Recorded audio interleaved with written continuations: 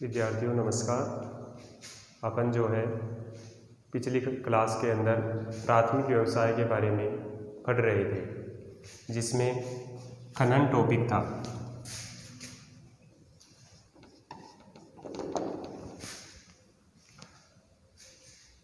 खनन यानी जिन स्थानों से जो खनिज निकाले जाते हैं, प्राप्त होते हैं, या सीधी सी बात कहे कि भूमि से जो है खनिज निकालना खनन होता है। और जिन स्थानों से खनिज निकाले जाते हैं, जिस स्थान से खनिज निकाले जाते हैं उसे खान कहते हैं। खनिज भौतिक व रासायनिक संरचना होती है, एक निश्चित संरचना होती है।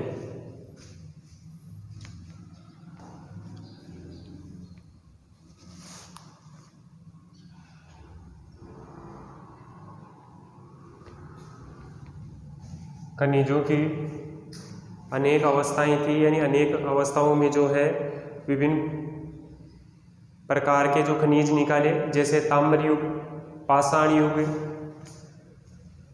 आदि अवस्थाएं थी जिनके अंदर जो है खनिज निकाले गए। आजकल वर्तमान में इस्पात युग में अपन रह रहे हैं, तो आज का जो युग है वह लोह युग है, जिसमें जो विभिन्न प्रकार के औजार और हथियार बनाए जाते हैं। इनका वास्तविक विकास तो औद्योगिक क्रांति में ही संभव हुआ था। किसी भी देश की सभ्यता और जो आर्थिक स्थिति होती है वो इन खनिजों पर ही निर्भर करती है। जितनी मात्रा में जो खनिज पाए जाएंगे उतनी ही मात्रा में वह देश विकसित होगा।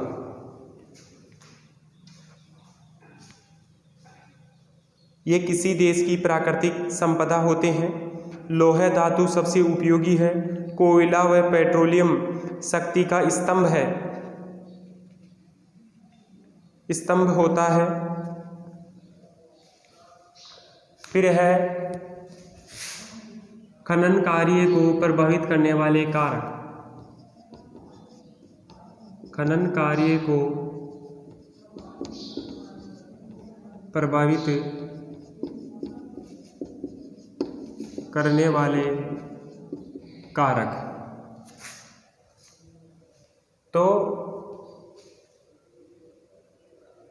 खनन में जो है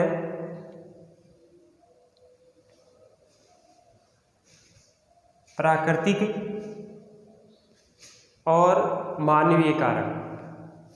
खनन को प्रभावित करने वाले कारकों में होंगे प्राकृतिक कारक और मानवीय कारक, दोनों ही निर्धारित होते हैं। प्राकृतिक कारकों में जैसे भौतिक दशाएं,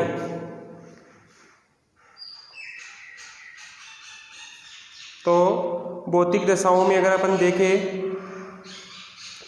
तो खनिज भंडार की स्थिति, खनिज भंडार की कोटि और खनिज की जो है कितनी मात्रा, खनिज का प्रकार, समानता और बाजार क्षेत्र की समीपता निर्धारित करती है। मानवीय दशाओं में पहली तो हो गई प्राकृतिक कारक कह सकते हैं अपन या दशाएं। दूसरा है मानवीय कारक या मानवीय प्रतिक्रियाएं। प्राकृतिक कारकों में जो है वहाँ की भौतिक दशाएं, अर्थात खनिज की जो है यानी कि मिट्टी, खनिज का जो है प्रकार, खनिज की कोटि, खनिज की जो है मात्रा और खनिज की अन्य समानताएं और बाजार, यानी उस स्थान से जो है उत्पन्न करने के बाद में, यानी पैदा करने के बाद में, निकालने के बाद में बाजार तक पहुंचाने की व्यवस्था। तो इसमें बाजार भी सुनिश्चित होता है। मानवीय कारकों में, तो मानवीय कारक में खनिज निकालने के लिए सबसे पहले खनिज का ज्ञान, तो इसमें होगा तकनीकी श्रम, पूंजी, सरकारी नीतियां,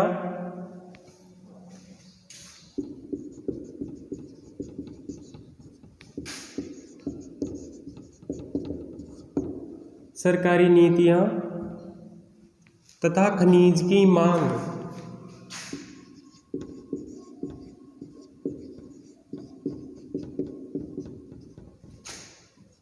आदि निर्धारित करते हैं। जैसे कोई सा भी खनिज मान लो, अगर उसमें जो है बाजार में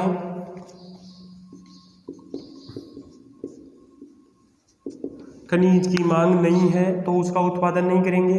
अगर खनिज की जो है बाजार में अत्यधिक मांग है और खनिज में जो है खनिज में हमारे पास में तकनीकी नहीं है तो अपन जो है खनिज को यानी खनिज योग्य उस तत्व को नहीं बना सकते। अगर हमारे पास में खनिज भी है और खनिज की मांग है, तकनीकी है, लेकिन हमारे पास में श्रमिक नहीं है तो उस स्थिति में उत्पन्न नहीं हो सकता।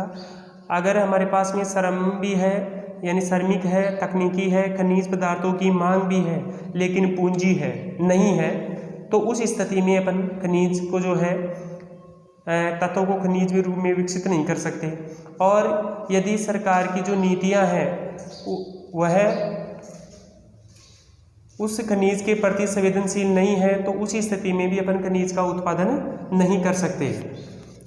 तो ये थी खनन कार्य को प्रभावित करने वाले कारक, जिनमें दो थे, प्राकृतिक कारक और मानवीय कारक। मानवीय कारकों में फिर से देखिए, तकनीकी, श्रम, पूंजी, सरकारी नीतियां और बाजार में खनिज की मांग आदि मानवीय दशाएं प्रभावित करती हैं।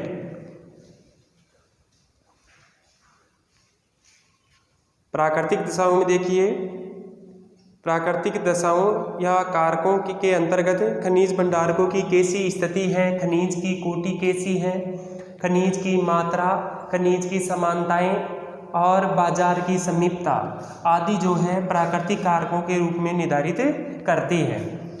अगला पॉइंट है खनिजों की विशेषताएं।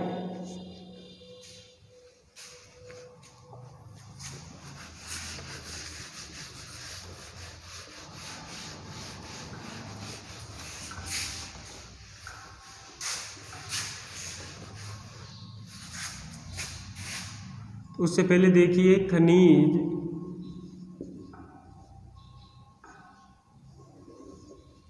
आप पिछली कक्षा में भी पढ़े थे। खनिज जो है तीन प्रकार से थे, धात्विक,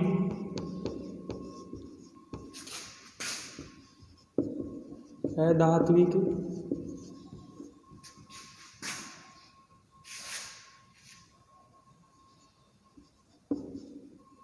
ऊर्जा खनिज या शक्ति संसाधन, शक्ति के अपन जो है उसको खनिज भी कह सकते हैं।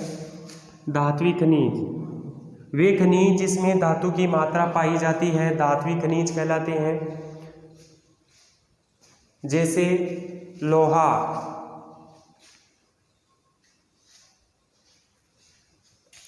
अधात्विक खनिज वे खनिज जिसमें धातु की मात्रा या धातु का अंश नहीं पाया जाता, अधात्विक खनिज कहलाते हैं।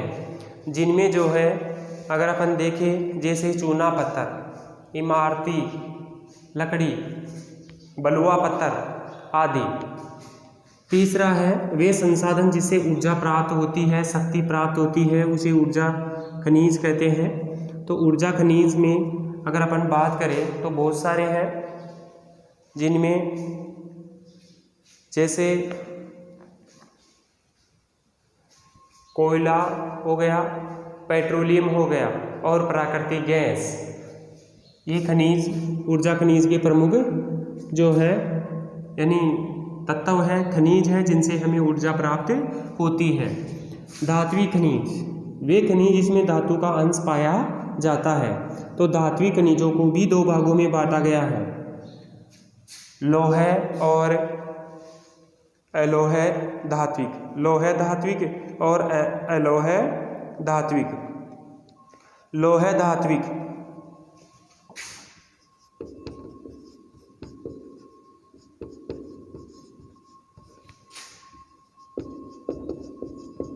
अलोह धात्विक।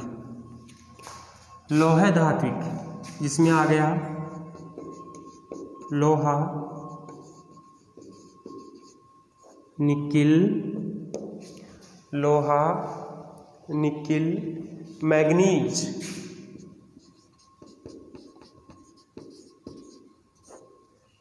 और अलोह धात्विक के अंदर जो है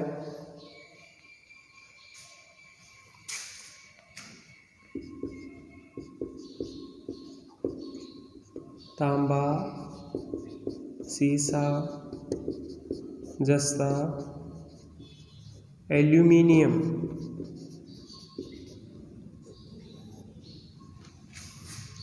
धात्विक खनिज वे खनिज जिसमें धातु की अंश या मात्रा पाई जाती है धात्विक खनिज कहलाते हैं। धात्विक खनिज को दो भागों में विभक्त किया है, लोह खनिज और अलोह खनिज। लोह खनिज जिसमें लोहा, निकिल, मैग्नीज हो गया, और अलोह धात्विक में तांबा, सीसा, जस्ता और एल्यूमिनियम। अब है अधात्विक खनिज। अधात्विक खनिज में जो है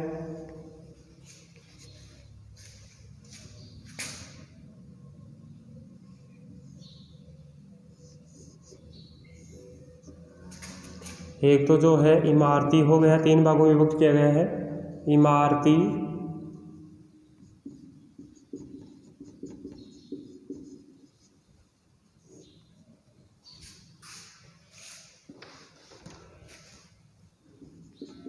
रासायनिक, रासायनिक, और तीसरा जो है रत्न, रत्न। इमारती में हो जाएगा चूना पत्थर, बलुआ पत्थर, संगमरमर, ग्रेनाइट। इमारती में हो जाएगा चूना पत्थर, बलुआ पत्थर, बलुआ पत्थर, और इसके अलावा जो है संगमरमर, ग्रेनाइट।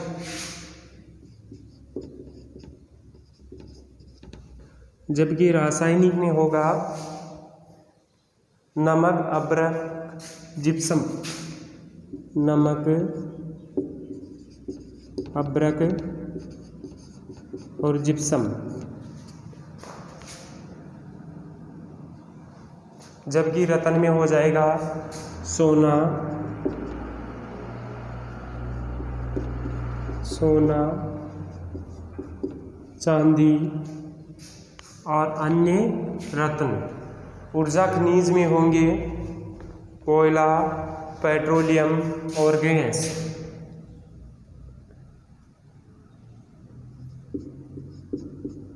Petroleum,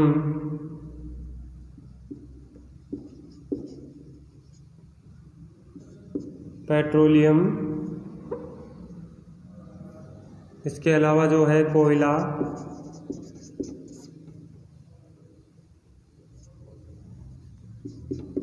gas. तो ये थे खनिजों के प्रकार। अब देखिए खनिजों की विशेषताएं।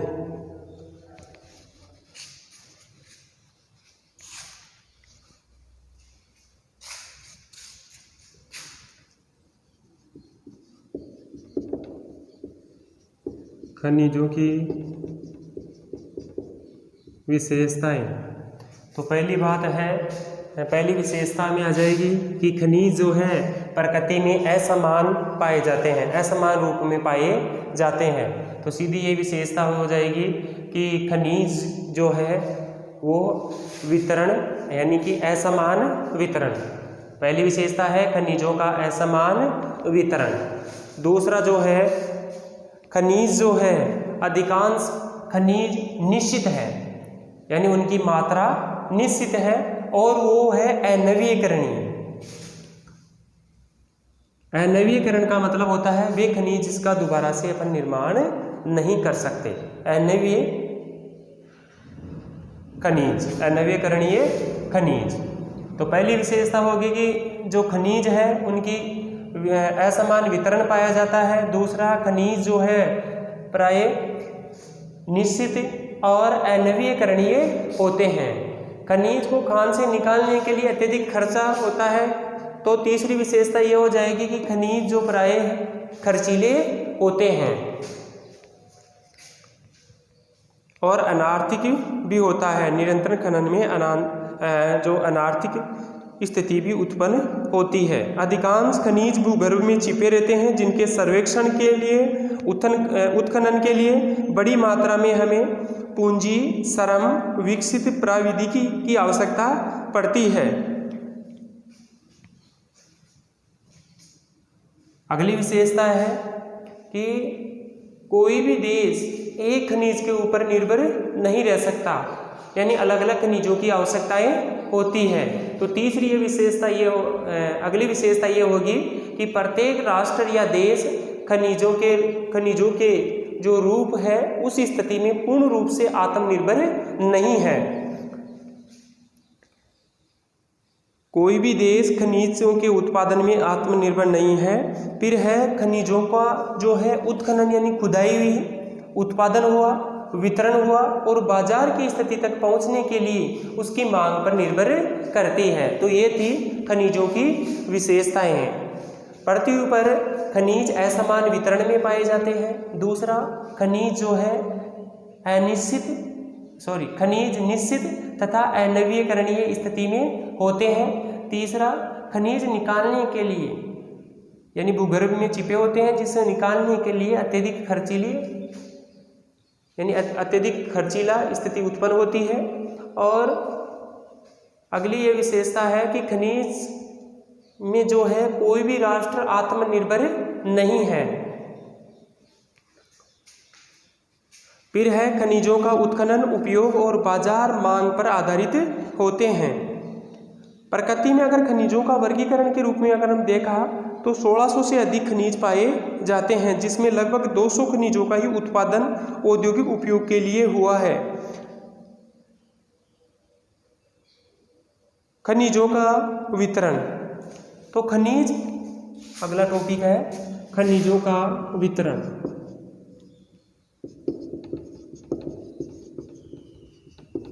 तो खनिज जो है निश्चित अवस्था में नहीं पाए जाते, अलग अलग अवस्थाओं में पाए जाते हैं। तो खनिज मुख्य रूप से धरातल के अंदर 3 चट्टानों में पाए जाते हैं, जो अपन ने पढ़ा था 11वीं क्लास में कि आग्नेय चट्टान, अवसादिक चट्टान और कायांतरित चट्टान।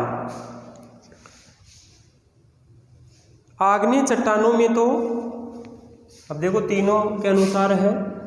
आग्नेय चट्टानी,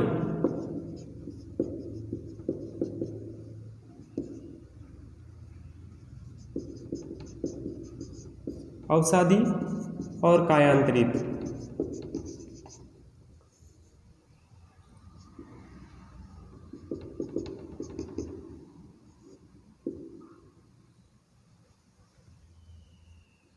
आग्नेय चट्टानों में सोना, चांदी, सीसा, जस्ता आदि प्राप्त होते हैं। अवसादी जो चट्टानें होती है, अवसादी चट्टानों में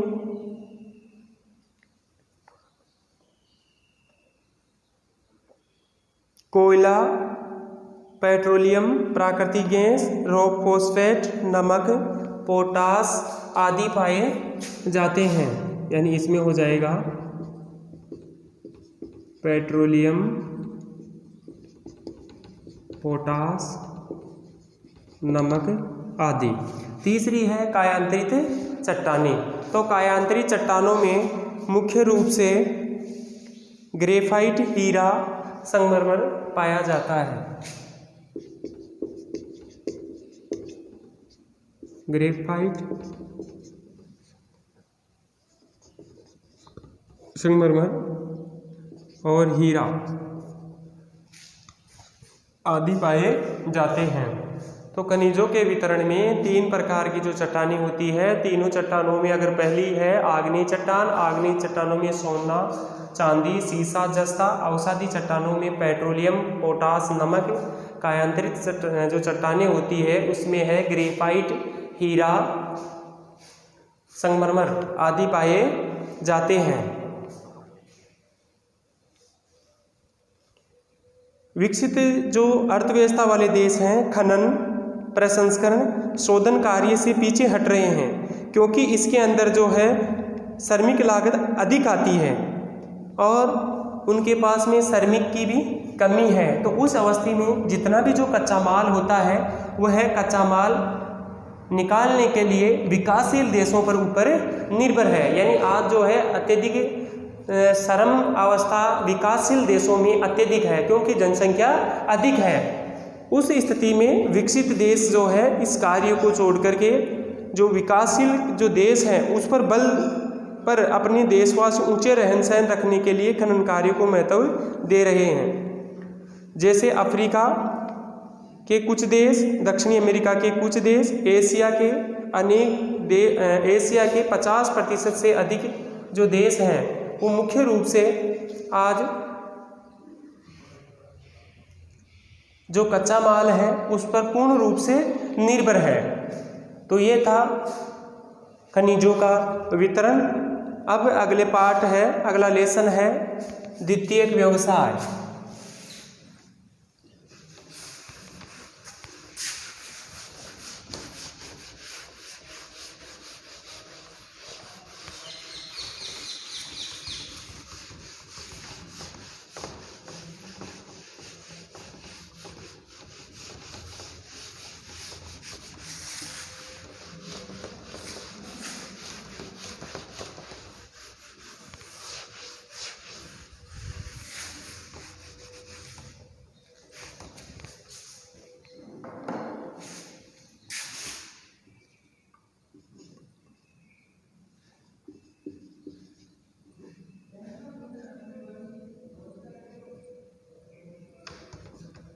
द्वितीयक व्यवसाय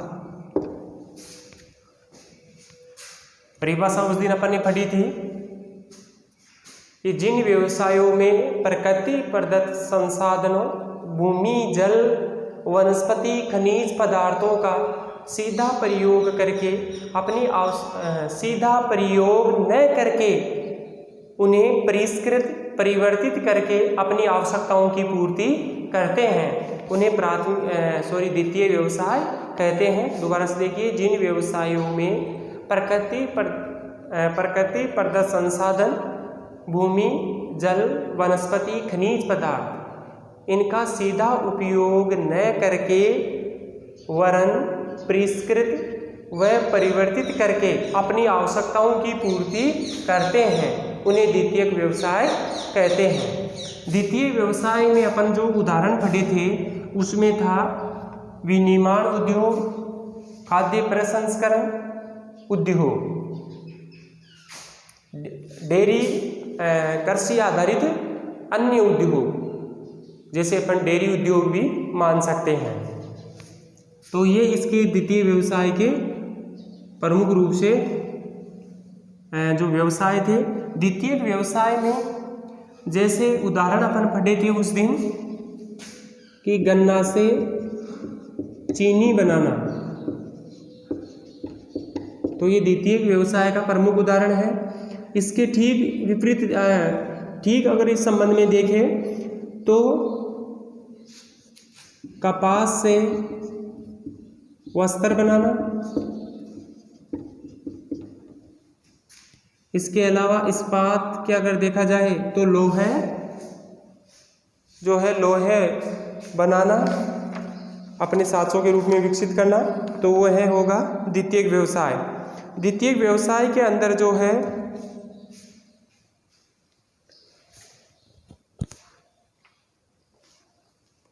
आर्थिक जो गतिविधियां होती है उस गतिविधियों के आधार पर जो प्राकृतिक संसाधन होते हैं उसका मूल्य बढ़ जाता है। द्वितीय व्यवसाय में 10 मुख्य समूह में विभक्त किया गया है, जिनमें है इंजीनियरिंग उद्योग, निर्माण, इलेक्ट्रॉनिक, रासायनिक, शक्ति, वस्त्र उद्योग, भोजन व पेय पदार्थ उद्योग, धातुकर्म उद्योग, प्लास्टिक उद्योग और परिवहन व संचार उद्योग। विनिर्माण उद्योग, इसमें पहला है विनिर्माण उद्योग।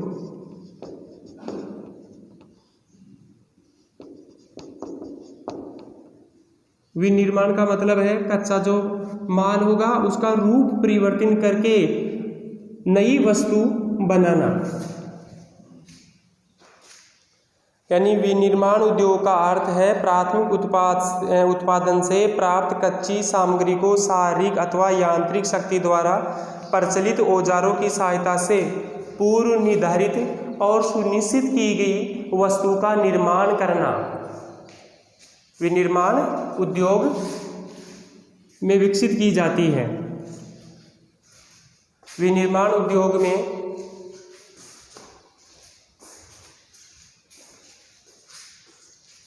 अपनी इच्छा के अनुसार यानी इच्छा रूपी रूप आकार विशेष गुण धर्म वाली वस्तुओं में बदलना। विनिर्माण उद्योग का अर्थ है प्राथमिक उत्पादन से प्राप्त जो वस्तुएं हैं या कच्ची जो प्राथमिक व्यवसाय से प्राप्त जो कच्चा माल है उसको शारीरिक अथवा यांत्रिक शक्ति द्वारा प्रचलित औजारों की सहायता से पूर्व निर्धारित व सुनिश्चित की गई वस्तुओं का इच्छा रूपी रूप आकार व गुणधर्म वाली वस्तुओं में बदलना।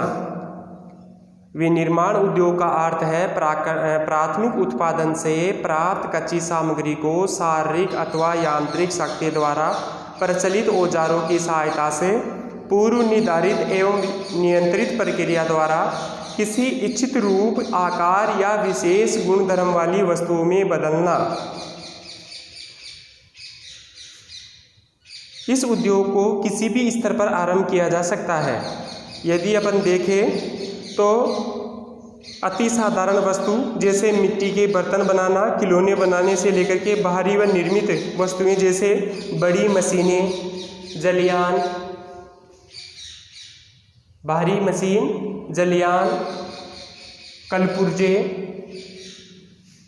आदि बनाने के उद्योग सम्मिलित हैं। विनिर्माण उद्योग में प्रयोग किए जाने वाले पदार्थ प्राकृतिक दशा में कच्चा माल कहलाते हैं।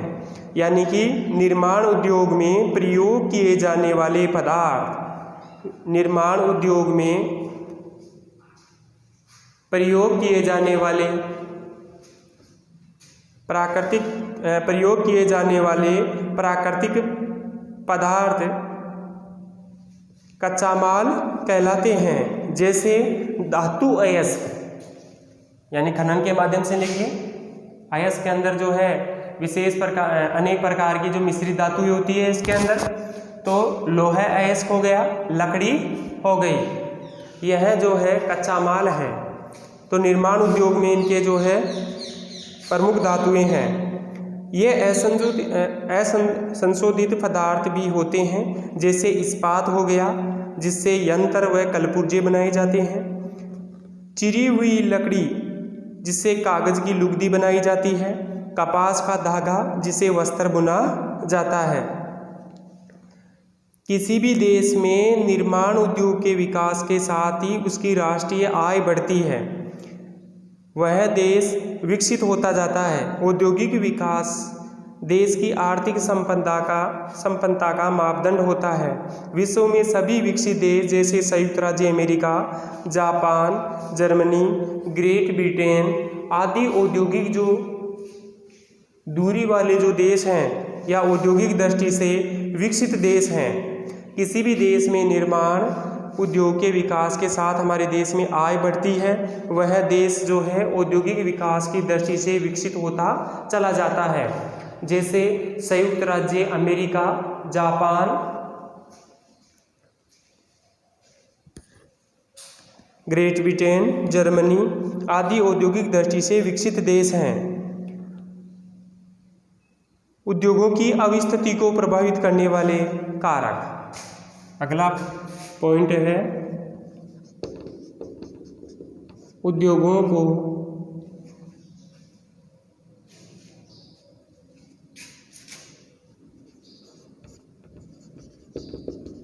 उद्योगों की अवस्थिति को प्रभावित करने वाले कारक। उद्योगों की अवस्थिति को प्रभावित करने वाले कारक, यानी उद्योग अपन कहाँ लगाएं,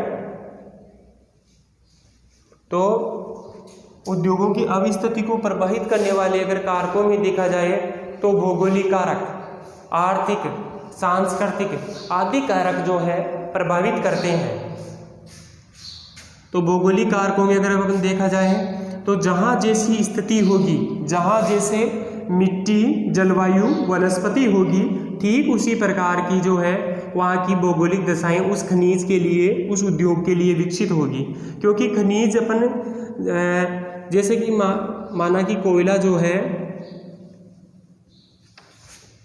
झारखंड राज्य में एक प्रमुख स्थान रखता है। कोयला जो है झारखंड राज्य में अधिक मात्रा में विकसित होता है। तो उस स्थिति के अंदर कोयले के अतिरिक्त अपन लोहे का लेते हैं, या इसके अलावा अगर अपन देखें तो जैसे गन्ना का लेते हैं, गन्ना उत्तर प्रदेश में, तो उस स्थिति में गन्ना उत्तर प्रदेश में अधिक विकसित हुआ। तो उत्तर प्रदेश से लेकर के अपन अन्य राज्य में लेके जाएंगे गन्ना को तो भारी होगा, गन्ना भारी होता है, और भारी होने के उपरांत में जो है किराया अत्यधिक लगेगा, खर्चा अत्यधिक आएगा, और दूसरे स्थान पर ले जाने में जो है बड़ी कठिनाइयाँ होगी। तो उस गन्ने से जब चीनी बनेगी तो चीनी बनने के दौरान जो है जितनी भी लागत आएगी उस चीनी पर ही होगी, तो चीनी जो है महंगी होगी। उस स्थिति के लिए इसमें सीधी सी बात है कि जहाँ पर कच्चा माल प्राप्त होगा वहीं पर क्या है, वह उद्योग विकसित होता है। तो जैसे उत्तर प्रदेश में गन्ना अधिक पैदा होता है तो वहाँ पर जो है चीनी मिलें वहीं विकसित होगी, ताकि जो है भारी सामान को लाने ले जाने में यातायात की सुविधाएं जो है संपन्न हो सके, अत्यधिक विकसित हो सके। तो ये प्रभावित करने वाले कारक होंगे, यानी कि उद्योगों की अवस्थिति को प्रभावित करने वाले कारक, जिसमें है कच्चा माल, पूंजी। यदि हमारे पास में पूंजी नहीं है तो अपन उद्योग विकसित नहीं कर सकते। कच्चा पदार्थ, पूंजी, तकनीकी, श्रमिक, अगर हमारे पास में उच्च तकनीकी नहीं है तो उस स्थिति में जो है अपन उद्योग के अंदर माल विकसित नहीं कर सकते। इसके अलावा जो है श्रमिक, यानी कि उद्योगों को संचालित करने के लिए श्रमिकों की आवश्यकता पड़ती है। तो उस स्थिति में भी उद्योगों की अवस्थिति को प्रभावित किया जाता है। फिर है परिवहन एवं संचार के साधन, यानी जितनी मात्रा में परिवहन के जो साधन विकसित होंगे, यानी कच्चा माल को जो उद्योगों तक पहुंचाने के लिए परिवहन की आवश्यकता पड़ती है, तो जितनी मात्रा में यानी जितनी अधिक परिवहन विकसित होगा उतनी ही मात्रा में जो है उद्योग प्रभावित होगा या विकसित होगा। फिर है बाजार की मांग, यानी कौन से क्षेत्र में बाजार की मांग निर्धारित होती है, यानी जो उत्पादित हमारे पास में माल था पक्का, जो अपन ने कच्चा माल से निरूपित माल बनाया, अन्य जो माल बनाया जैसे चीनी जो है अन्य सामान बनाया, तो उसको बनाने के भेजने के लिए निकट ही होना चाहिए बाजार। जितनी भी आवश्यकताएं हैं वो बाजार में हमें आवश्यकताएं मिल जाए, यानी उद्योग संबंधी मान लीजिए या चीनी को जो है बाजार तक पहुंचाने के लिए, यानी कि चीनी को जो है बाजार में पहुंचाने के लिए व्यवस्था होनी चाहिए। तो ये प्रभावित होते हैं। दूसरी बात है मांग। मांग निर्भर करती है उद्योग को प्रभावित करने में। फिर है सरकारी नीतियां, जलापूर्ति और अन्य कारक। यह जो है उद्योगों की अवस्थिति को प्रभावित करने वाले प्रमुख कारक हैं, जो अपन अगली कक्षा में पढ़ेंगे।